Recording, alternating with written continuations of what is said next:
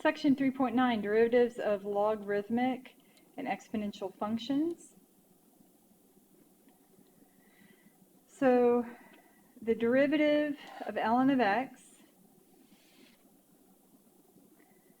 and the derivative of e to the x are probably the most used, but we have to have a generic formula for all exponentials and all logarithmic functions. Some things I want to remind you, though, is that e to the x is a one-to-one function, and its inverse is the log base e, or ln, which we call natural log. And there are some properties that we need to remember about inverses, right? When you compose inverses, they should give you x as their answer, and it doesn't matter which way you do that. So you could say e raised to ln of x, the e and the ln cancel, allowing this x to sort of drop down to the ground. Here you could actually do it the other way, insert e inside of the natural log. Again, the e and the ln would cancel and the x would fall down to the ground, right? So this is true for any time you compose inverses or insert one function into its own inverse, that sort of thing. Pardon me. Y equals ln of x is equivalent to saying x is equal to e to the y. That's actually true for any base. So if you had y equals log base a of x, it is a property of logarithms that the base raised to this answer equals that argument. So the base raised to that answer equals the argument. These two are equivalent statements, and we'll use that property sometimes to help us get an answer a little bit more quickly. There's other reasons we use it, but that's probably how I saw it used in, say, college algebra or high school algebra. And then for real numbers x and b, where b is greater than 0, b to the x could be rewritten. And this is a little clunky and it doesn't seem obvious, but here's what's going on. We know that if we have this statement, right? We know that e raised to the ln of x, the e and the ln cancel, leaving us with x, and that's normally how we think about it. But we could also go in reverse. We could say anytime you see an x, you could rewrite it like this if you wanted to. So if we saw an x, we could rewrite it as e raised to the ln of x. You're thinking, why would I do that? That makes it look worse. Well, sometimes it's helpful. So we could do this with anything. If we had smiley face, we could rewrite this as e raised to the ln of smiley face. So if we had b to the z, we could rewrite that as e raised to the ln of b to the z.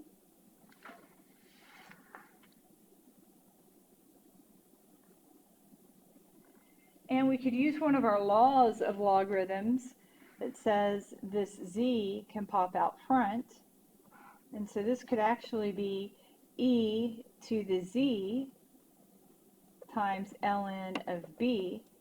And believe it or not, all of that jazz right there, the e and the ln's we could work in reverse, get it back to this statement. The e and the ln being side by side allows us to cancel it and get us back to that b to the z. So this is just something we may or may not use to simplify some of our answers.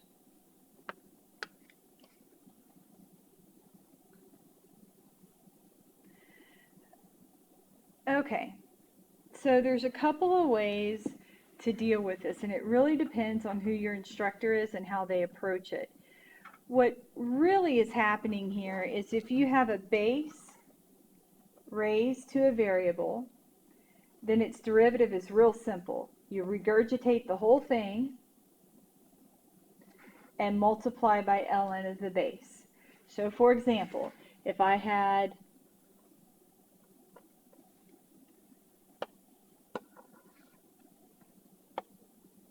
If I had 7 to the x, and I told you to find its derivative with respect to x, so do the derivative with respect to x, then according to this rule, you just regurgitate it and then multiply by ln of the base. It's that simple. You're done. There's nothing else you can do to simplify that problem. You leave it alone. So rewrite and then multiply by ln of the base. If you had e to the x, you would rewrite, multiply by ln of the base, and what do we know about ln of e? Well, it reduces to 1, and so we end up with just e to the x.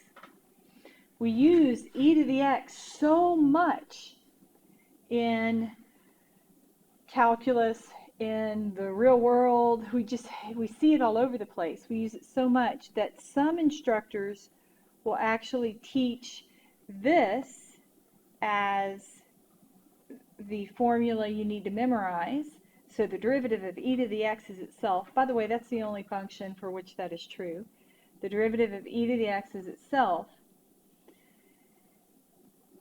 And these instructors will sometimes say, okay, memorize this one, derivative of e to the x is itself, and then if you have a function that is not e to the x, say it's 7 to the x, it's still itself, but you have to tweak it by multiplying by ln of the base. Truly, this is the generic form, and this is a consequence. But however you memorize it is however you memorize it, just get it memorized. All right, sometimes as well, sometimes instructors will attempt to deal with the chain rule as part of this problem as well. So let me throw up another example here. Let's say I had 9x cubed plus 2x minus 7. And I asked you to find its derivative with respect to x. Okay, well, according to my rule, I should regurgitate it, so spit it back out, multiply by ln of the base, but notice I have not taken the derivative of the exponent. All I've done is rewritten it as part of my first piece, which says regurgitate it. So what's happening here is you actually have a function inside of another function, right? So here we've got the outer function, which is ln of something. I'm sorry, 9 raised to the something. I'm so sorry about that. 9 raised to the something.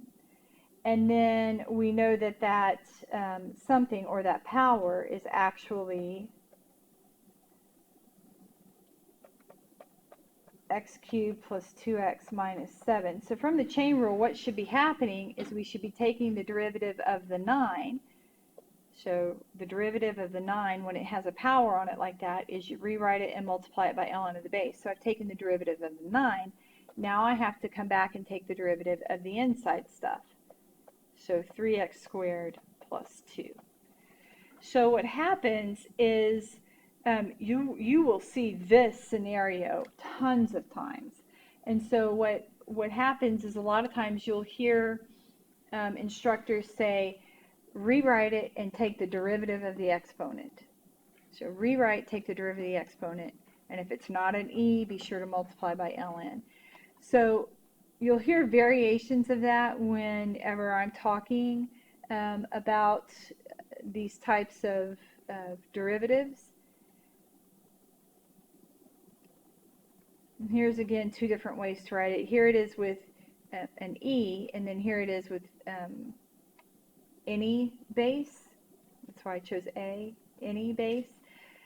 So again, you would rewrite it, multiply by ln of the base, and then come back and multiply by the derivative of the exponent. Laws of logarithms. So the first three are probably the most important because I think number 4 and number 5 are just going to be intuitive for you. So what's happening here is they're saying that the log of two things being multiplied is the same as saying the sum of each with a log applied. So in other words, it's not distributing. Don't you dare say distributing the log because you're not doing that. Right? These are equivalent, and we could go through a proof, but it's not worthwhile.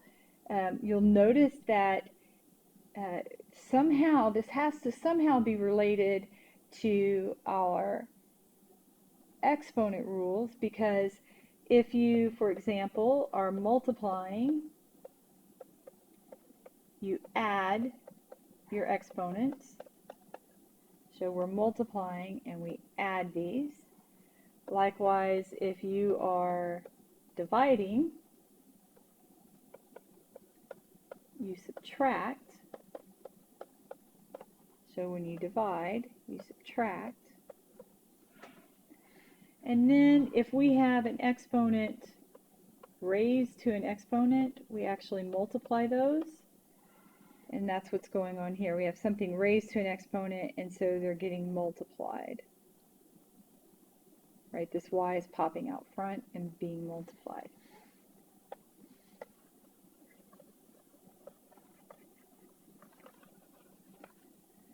Okay, those three you need to remember because they really, really, really, really help you in the next couple of sections. All right, so just like our derivative of an exponent had a generic version and then a more specific version for e. Same thing happens with logs. We have a generic version, right, where it's log base b, and what happens is you say 1 over the argument. So the argument is the filling of that log, right, the stuff inside of the log, the x. So it's 1 over the argument, and then you come back and divide by ln of that base. And we find that if we're dealing with an e, so remember that log base e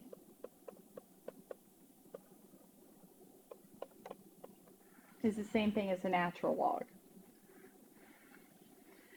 So if we were given or told to find the derivative of the natural log, according to our rule, we say 1 over the argument, so 1 over x, and then we also divide by ln of the base. Well, since ln is actually log base e, what we're saying to do here is to do ln of e, but we know that ln of e reduces to 1, and so we get 1 over x. Again, there are a lot of professors who tell you to memorize this and then tweak it if it's not an ln. And the reason they do that is because we use ln so much more than our other log bases that it's convenient, right, to memorize the derivative of ln and just base all the others off of that definition. Chain rules when they occur inside of a log. So for example, we would not consider this to be a chain rule because it's ln of just a plain old variable.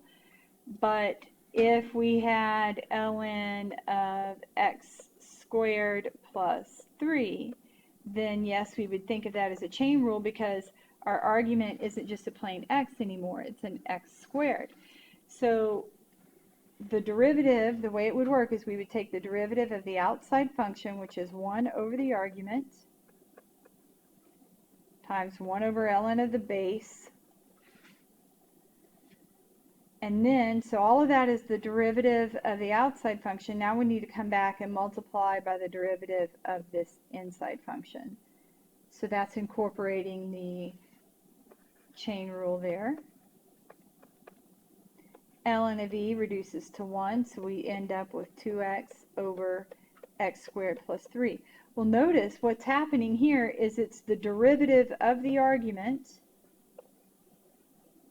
so 2x, over the argument, x squared plus 3. So you'll hear a lot of people just say that, and that sort of builds the chain rule into this problem, and you don't have to think about it. So if you want to learn this as the derivative of the argument over the argument, that's fine, but remember that only works for ln's. If it's not an ln, then you'd have to do the derivative of the argument over the argument times 1 over ln of the base.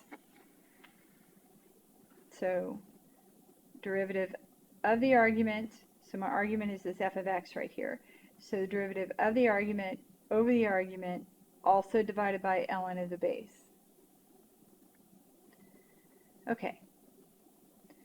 So you'll hear me say that a lot. I kind of got into the habit of saying the derivative of the argument over the argument.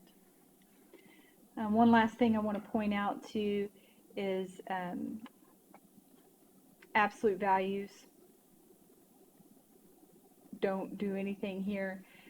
What happens is the log, the domain of a log has to be positive, and since we don't know what x is, we don't know if we're if x is a -7, we can't say log of -7. That's just not allowable. That it's not, -7 is not part of the domain. So that absolute value ensures that whatever we've plugged in will be a positive value. It has no impact on the derivative in terms of you don't have to retain that absolute value on the x. Okay. So find the derivative of the following function. All right, this really just is memorization. dy dx is the derivative of the argument over the argument. Since it's an ln, I don't have to do any adjustments. By saying derivative of the argument over the argument, I've kind of built in anytime there might be a chain rule. So we're good. Done with that one. dy dx, we'll say the derivative of the argument. Again, the derivative of x is 1. The absolute values don't have any impact on our derivative in terms of we don't have to retain them. Okay. So the derivative of the argument over the argument, again, we do not keep the absolute value. We're done with that one. Okay, there are two ways to do this problem. I'm going to show you both, and you will see which one is quicker pretty quickly. So dy dx is the derivative of the argument over the argument, and you still have to reduce, right? These two cancel two of those. The other thing that we could do is we could look at this law right here. This law says if you have something raised to a power, that power can pop out front.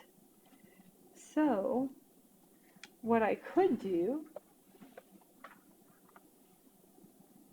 is I could say, hey, this is equivalent to 3 times ln of x. Now I'm not doing the derivative there, so don't start feeling like you're doing some sort of power rule where the 3 pops out front and you subtract 1 from it and all that business. No, this is a law of logs that says these two things are exactly equivalent.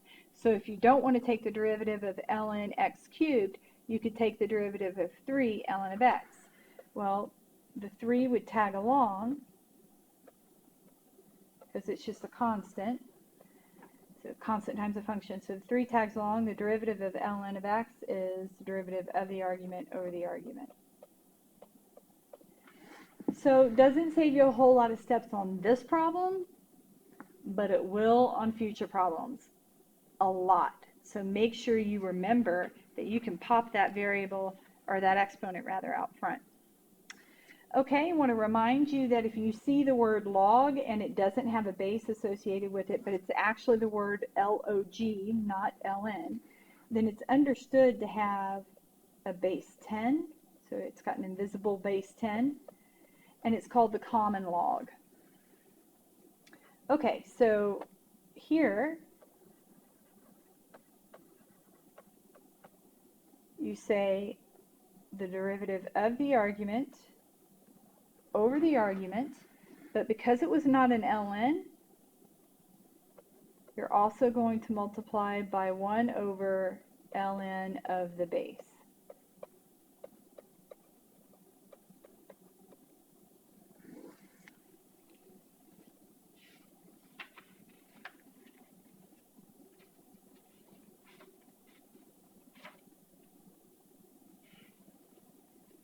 That's it. All right, so this is a combination. It has exponentials in it as well. So the way you take the derivative of an exponential is you rewrite it. The derivative of the exponent is 1, so I'm not going to write that down. And then ln of whatever the base is. All right, so that's just the rule. You rewrite it, derivative of the exponent, ln of the base. It's got 3 parts to it. Rewrite it, derivative of the exponent, ln of the base. Now, the derivative of my exponent was 1, so I didn't write anything down. All right, now we've got log base 7 of x to the 4th. So what I could have done here is rewritten this whole problem.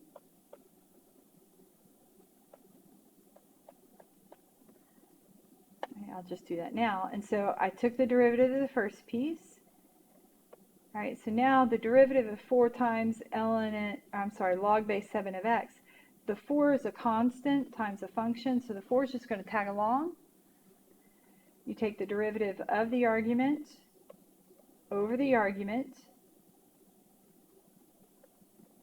and multiply it by 1 over ln of the base. So I'm going to clean this up. We have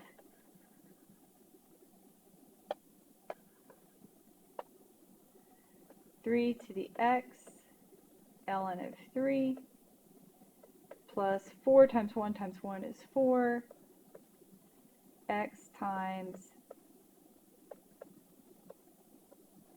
ln of 7.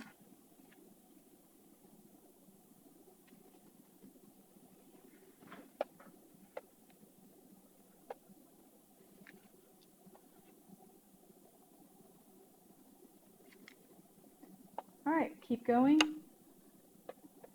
This is an exponential, so you rewrite it, multiply by the derivative of the exponent, multiply by ln of the base. Clean it up if you can.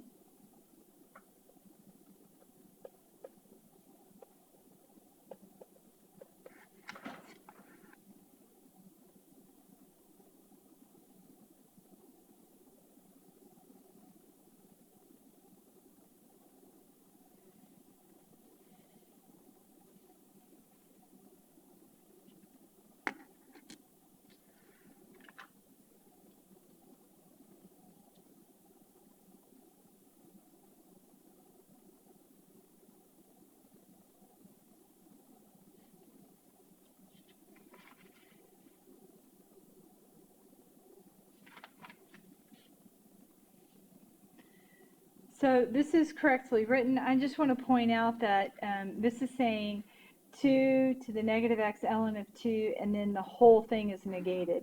It is not saying negative 2 to the negative x. There is a huge difference between this answer and this one. So be very careful with that. I'm going to rewrite this guy. He is 5 times 9 raised to the x minus 8 raised to the 1/2 power. He is not 45 x minus 8 to the 1/2 power, right?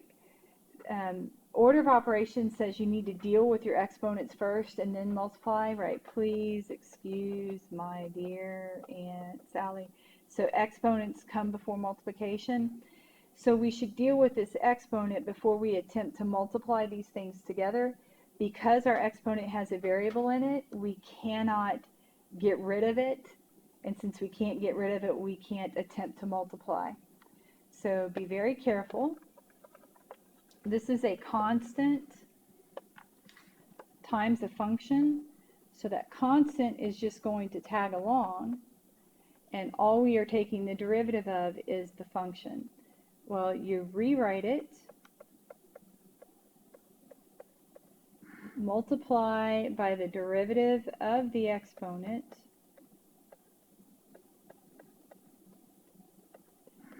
and then multiply by ln of the base.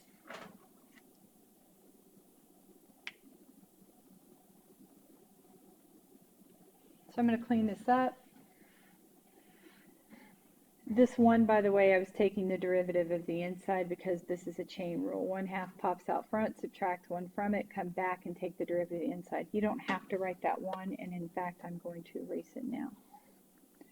All right, cleaning this up, we'd have a 5, an ln of 9, 9 raised to the square root of x minus 8, it's this guy, all over 2, and then he's going to move across the fraction bar. Okay, so we should have this nice thing. Again, we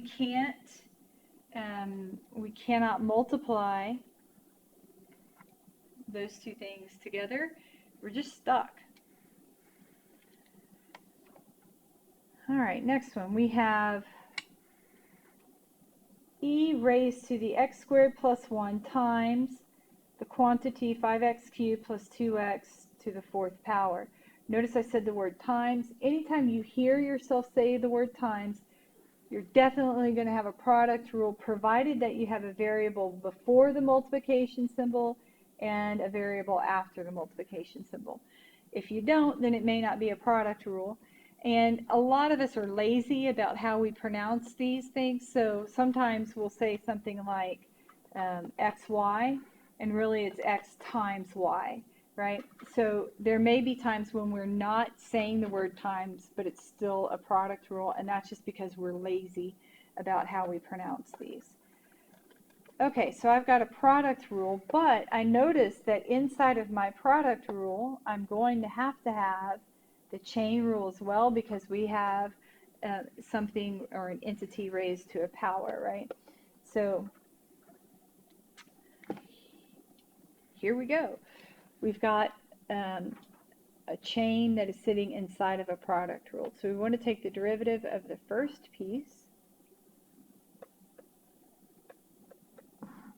So we rewrite it, multiply by the derivative of the exponent, multiply by ln of the base.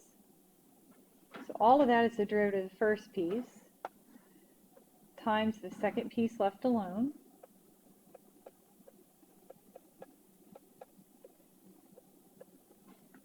Plus, we want to take the derivative of the second piece, so the 4 is going to jump out front. Subtract 1 from the exponent, come back and take the derivative of the inside, because that's what you do with the chain rule. So all of that blue stuff right here, this is the derivative of the second piece, and we need to multiply it by the first piece left alone, right?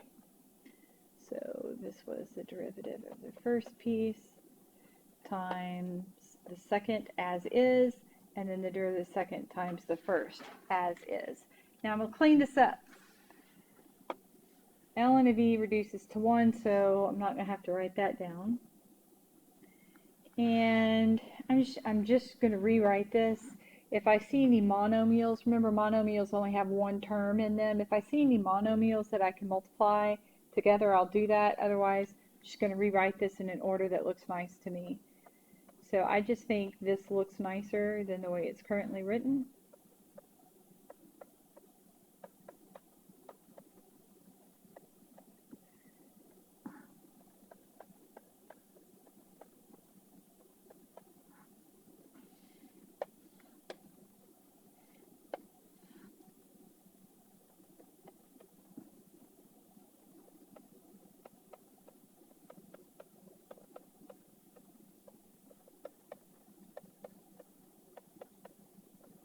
All right, so we have bunches of different plus signs and stuff like that, but here is our big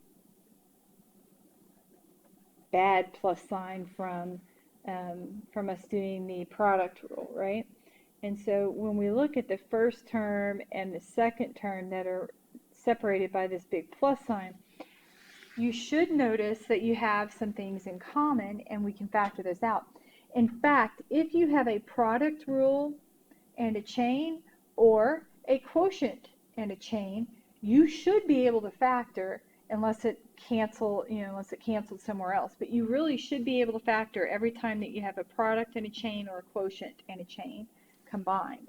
So let's see, of those two pieces, I can factor out, let me see, I can factor a 2, because a 2 goes in here and a 2 will go into 4 as well. I can factor out an e to the x squared plus 1, right? I can factor out a 5x cubed plus 2x. Here we have 4 of them, and here we have 3. I want to factor the smaller number out. And then whatever is left behind after I factor them, I'm going to put in those square brackets. Now, so what I've written here in black is what I've decided to factor out. A lot of students get confused by factoring when there's variables. So I want to remind you that factoring is just fancy division. So if I take my first term here and I divide it by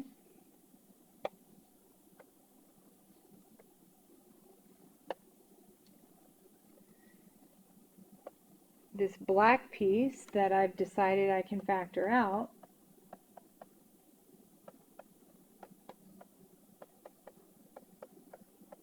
what is left over? The 2's cancel. This e to the x squared plus 1 cancels with that one. These 3 guys cancel all but one of those, and so what's left over is this x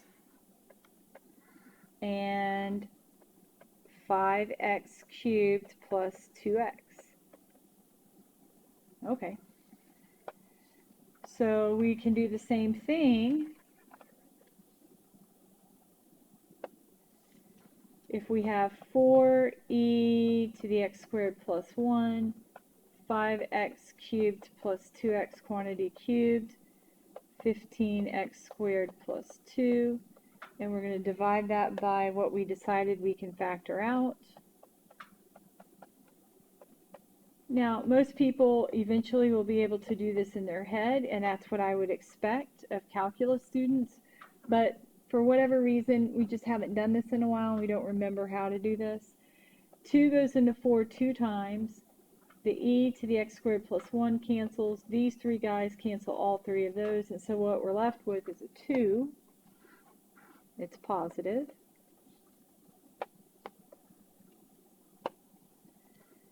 Times 15x squared plus 2.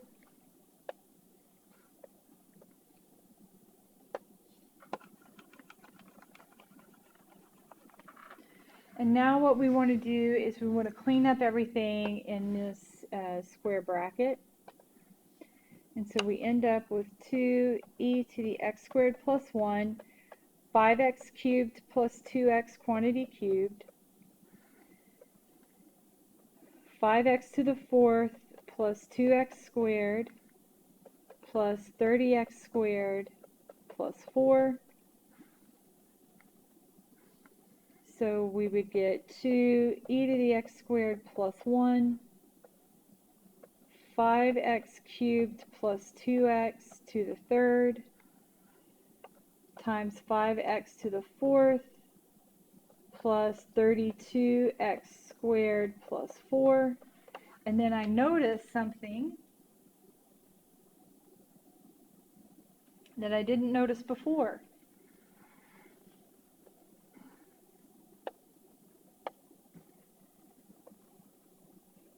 I could factor something out of those two terms. I could factor an x out. But watch what happens. If I factor that x out, it doesn't come completely out of this set of parentheses.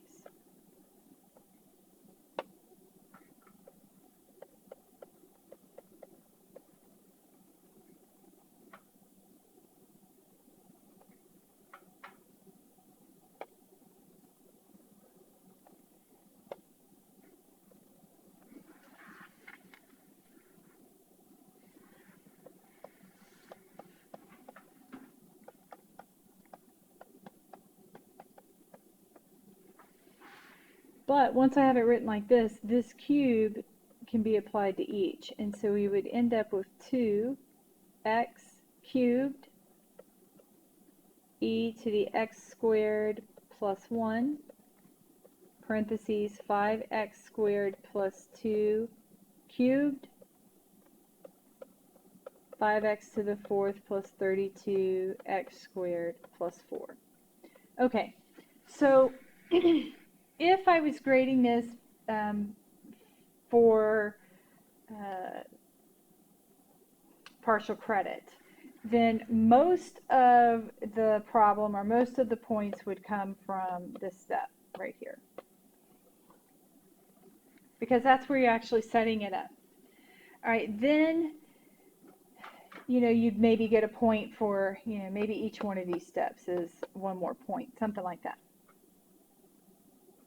The reason I point this part out though right here, I mean, yes, you should do it, but be aware if it's multiple choice, especially really where I'm thinking is like the final exam, because it's departmental, so another instructor may have written it and that instructor may have pulled this x cubed out, and I don't want you to do all this work and actually have the right answer but then not get it right because you don't realize that you can factor this out and that this is an equivalent statement to the one above. So be mindful, double check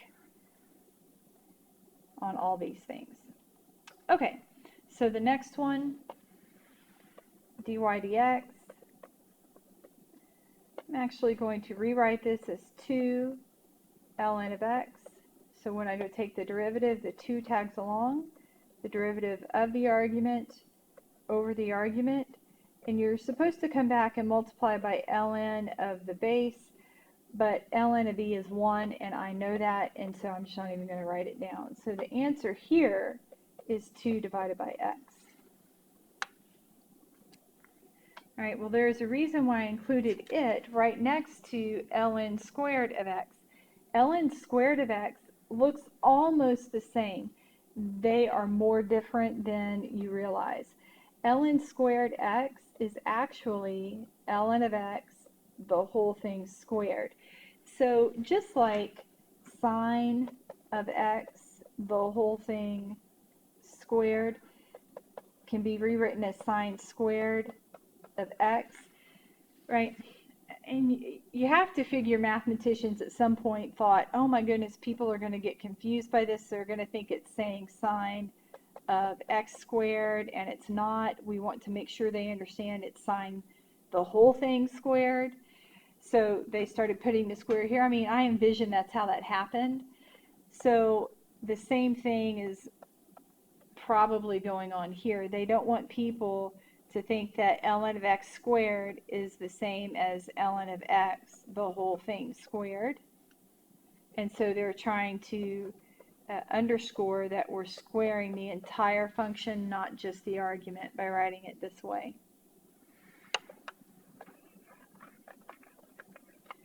Okay, well, if it's written like this, it's pretty easy to see you've got a chain rule, or hopefully you're seeing this as a chain rule.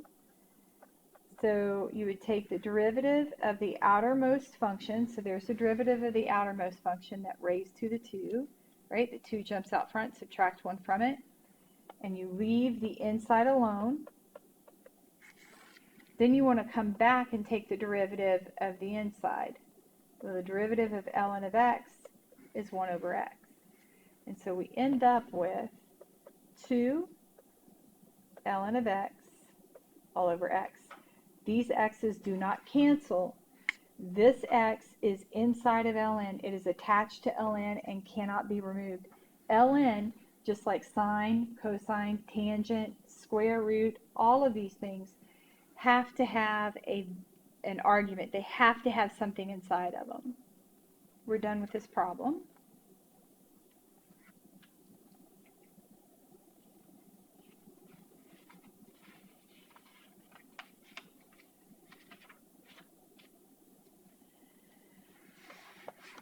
Okay, this can be rewritten and should be rewritten as ln of 2x plus 1 to the 1/2 power.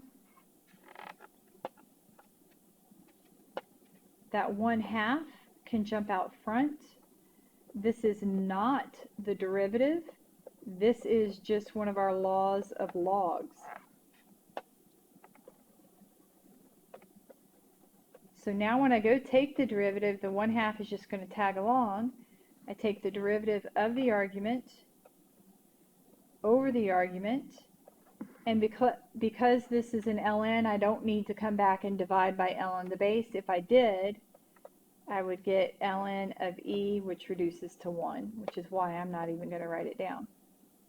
Notice this 2 can cancel with that 2, not this one, but that one, and you end up with 1 divided by 2x plus 1 is your answer. That's pretty quick. If I had not done this step right here, look at what my derivative would look like. I would have to think of this as ln of 2x plus 1 to the 1/2, and I guess really I should have highlighted this step. If I hadn't done this step where I pulled that 1/2 out front, then I would have had to do tons more work.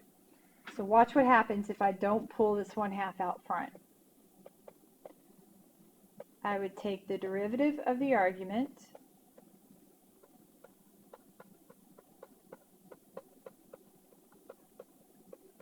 divided by the argument,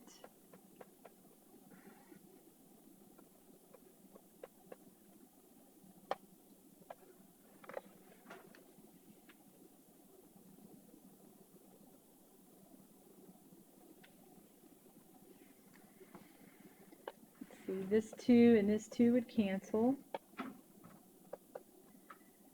We would have 2x plus 1 to the negative 1/2 divided by 2x plus 1 to the positive 1/2. They're the same base, so you can say the power on top minus the power on bottom, which would give you a negative 1. So that tells you that this could be rewritten as 2x plus 1 to the negative 1. But we know negative 1 means you can move it across the fraction bar.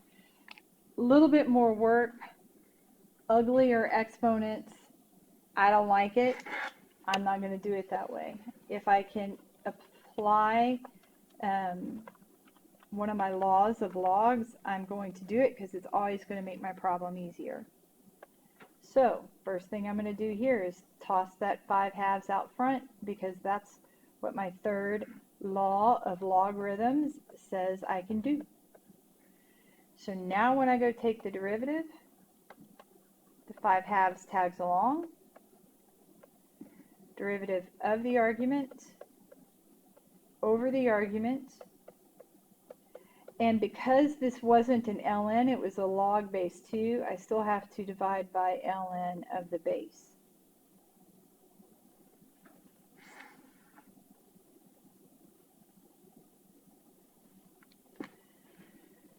So I'd probably leave this pretty much alone. 5 times 4x minus 1. I usually tell students only multiply things together if it can make the problem simpler, and that usually only occurs if you've got monomial times a monomial. Here I've got a monomial times a binomial, so I think I'd leave it. I can factor an x out of this piece, and that would leave me with a 2x minus 1, and I still have that ln of 2 hanging out.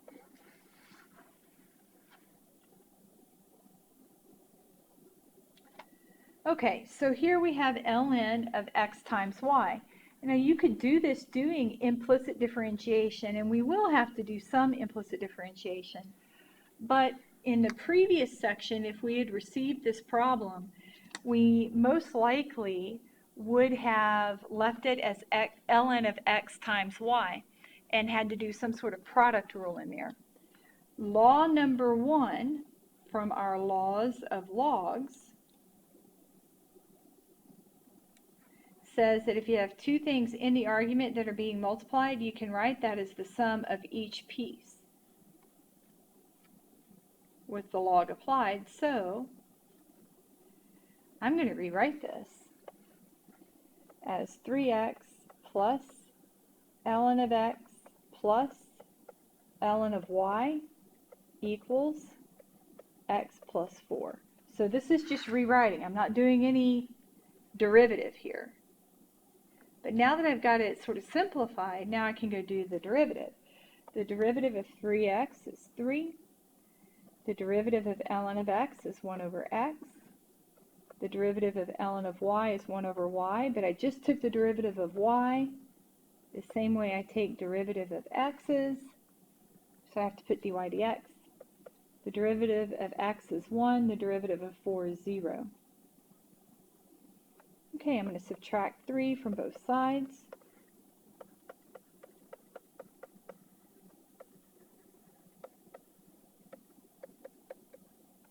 Then I'll subtract the 1 over x.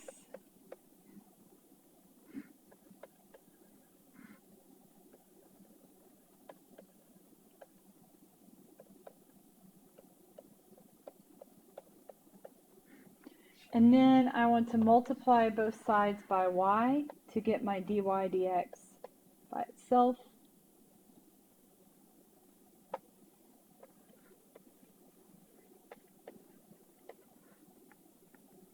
And oftentimes, we can't do it in this case, but oftentimes what we'll see is this y can be replaced by something, by the original problem. We can't really do it here.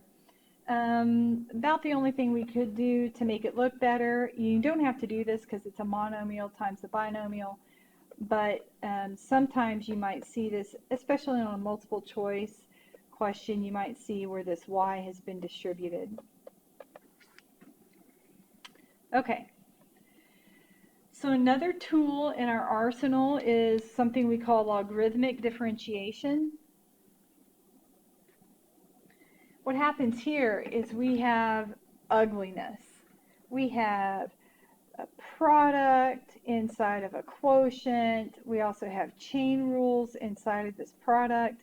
It's just nasty. So we'd have a product, or rather a chain inside of a product inside of a quotient. We could attempt to set that up. It would take a page and a half to solve it, and that's assuming we did it correctly. Not going to do it that way. You're going to use logarithmic differentiation. Usually you're told when to use logarithmic differentiation, but if you're not told, man, look at this thing is ugly, you're going to use logarithmic differentiation. Here's a hint: if it's called logarithmic differentiation, probably has to have logs in it. So notice we don't really have any logs here. That's because what we're going to do is be super duper clever, and we are going to apply a log so that we can use our laws to simplify this mess.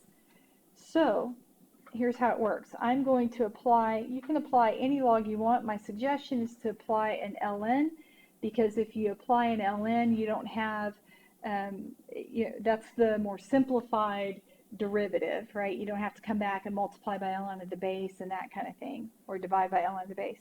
So we're going to apply an ln to both sides. So it's going to be ln of y equals ln of all this stuff. I'm going to write this 3x minus 1 to the 1/2 power.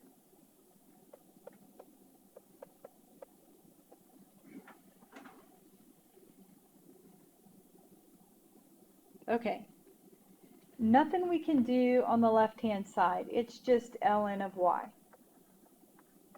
But on the right-hand side, all of our laws of logs allow us to simplify this quite a bit. Now, students usually mess this up and they go, oh, we've got a product and a quotient, and I'm going to, look, it is really not that hard. If it's in the numerator, you'll put a positive ln in front of it. If it's in the denominator, you'll put a negative ln in front of it. So here's how it works. This is in the numerator, so it would get a positive ln. This guy's in the numerator, so he also gets a positive ln.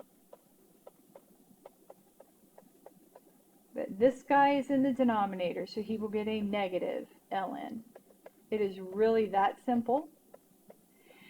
And then law number 3 says if we have exponents, they can pop out front. So I'm going to rewrite this one more time. None of this is me taking the derivative. All of this is algebra to simplify the problem.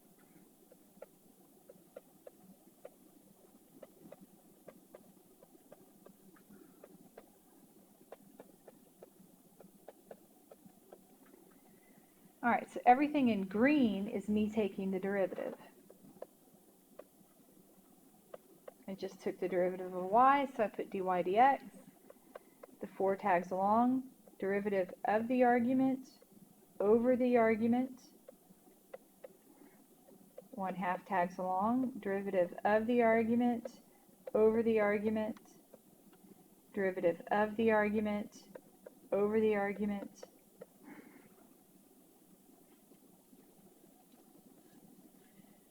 Here we have a monomial times a monomial, so I would go ahead and multiply those together.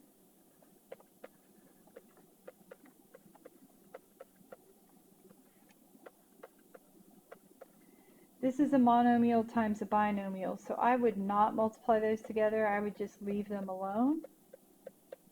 Make sure you write the parentheses.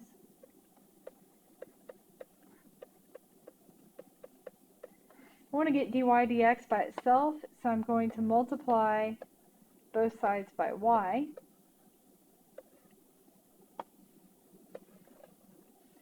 So I get dy dx equals 12x squared divided by x cubed minus 1 plus 3 divided by 2 times 3x minus 1 minus 2x divided by x squared plus 4, all multiplied by y. And then I noticed that for my original problem, I can rewrite what y is equivalent to. So dy dx equals 12x squared divided by x cubed minus 1 plus 3 divided by 2 times the quantity 3x minus 1 minus 2x divided by x squared plus 4 times y, but y is equivalent to x cubed minus 1 to the 4th times the square root of 3x minus 1, all divided by x squared plus 4. So clunky, and it took, 7 steps, but it did not take me the whole page like it would have otherwise.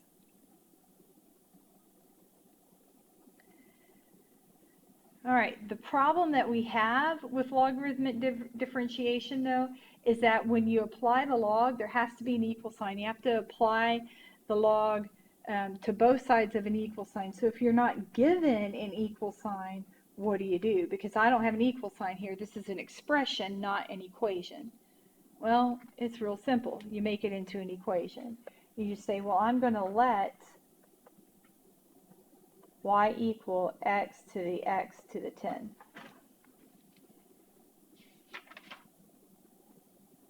And I'll usually actually write that word.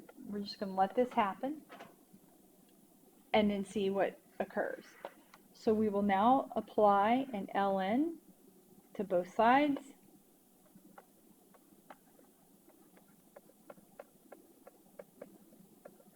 You're not distributing an ln, you're applying it.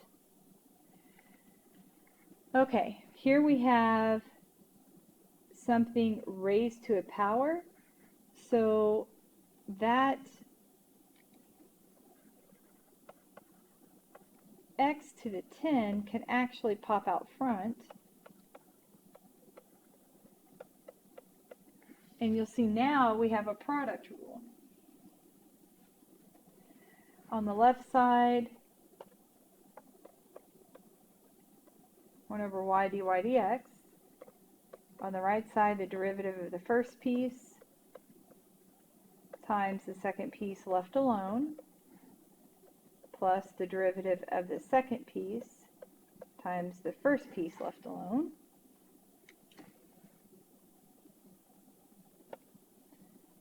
This x cancels one of those.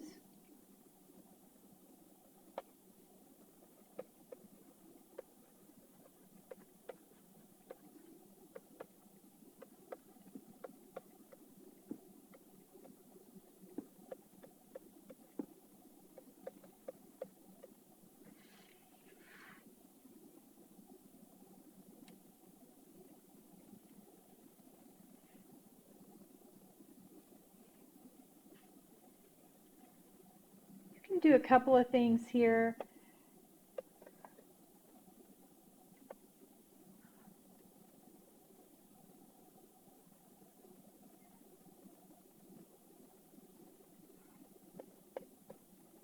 I want to show you how some of this factors. So I could factor an x to the 9th out, and that would leave me with 10 ln of x plus 1. I want to get y by, or dy dx by itself rather, so I can multiply both sides by y. So I now have x to the 9th times 10 ln of x plus 1, and then when I multiply it by y, well, remember y was x raised to the x to the 10. So this is a correct answer. I'm just nervous you might get told to factor. And so if you're told to factor or simplify, notice that this and this are both base x, right? They both have x as the base. So we could rewrite this, because if they have the same base and you're multiplying, you can add their exponents.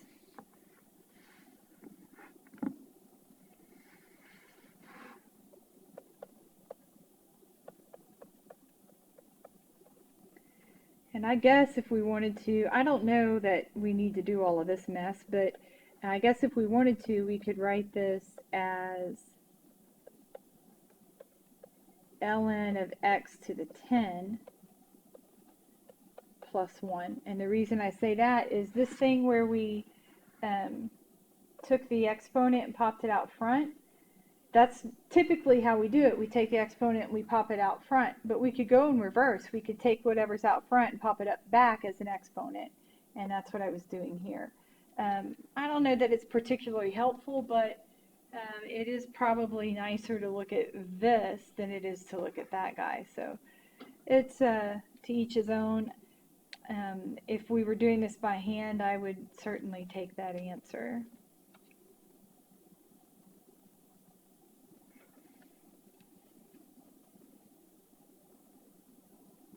Right, here's another one.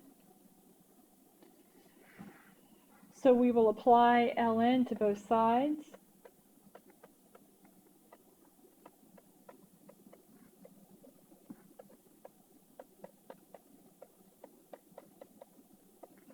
So this would be ln of 2 plus ln of x cubed plus ln of y to the 4th equals ln of the numerator gets a positive ln, right?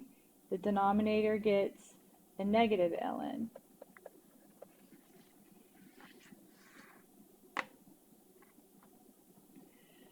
All right, ln of 2, there are no variables there, which means this is a constant, and we know the derivative of a constant is 0.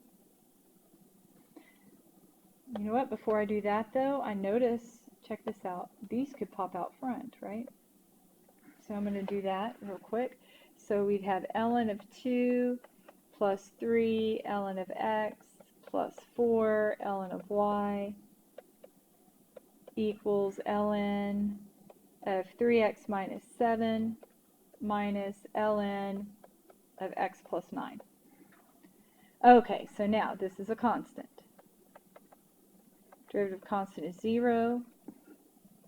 3 tags along. Derivative ln of x is 1 over x. 4 tags along.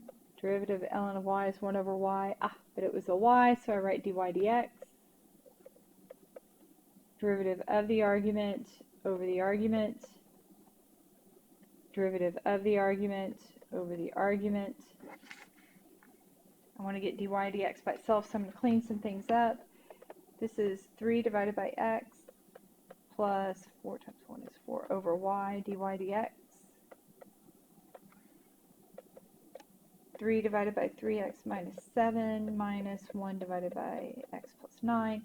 And I will subtract 3 divided by x from both sides.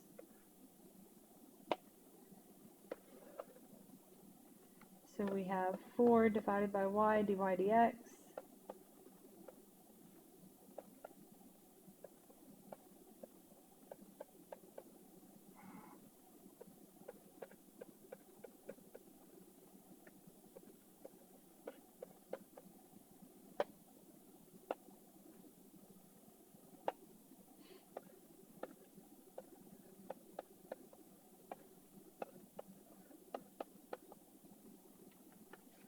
So if I want to get rid of a fraction that's being multiplied, I multiply by its reciprocal. So instead of thinking of this rather as dividing by 4 over y, I'm just going to multiply by its reciprocal, which is y divided by 4. The y's cancel, the 4's would cancel, and it would leave me with just dy dx.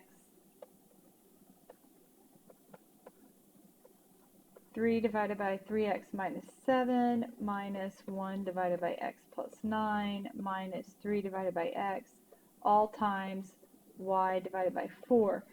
Now in the past, we've actually then gone back to the original problem, found what y is, and plugged it in. Our problem is we don't actually know what y is, because what we had in our original problem was y to the 4th, and I'm not going through the hassle to get y to the 4th by itself and then apply the 4th root and then do all that kind of mess. I'm not doing that. So we're done. And we're done with this section.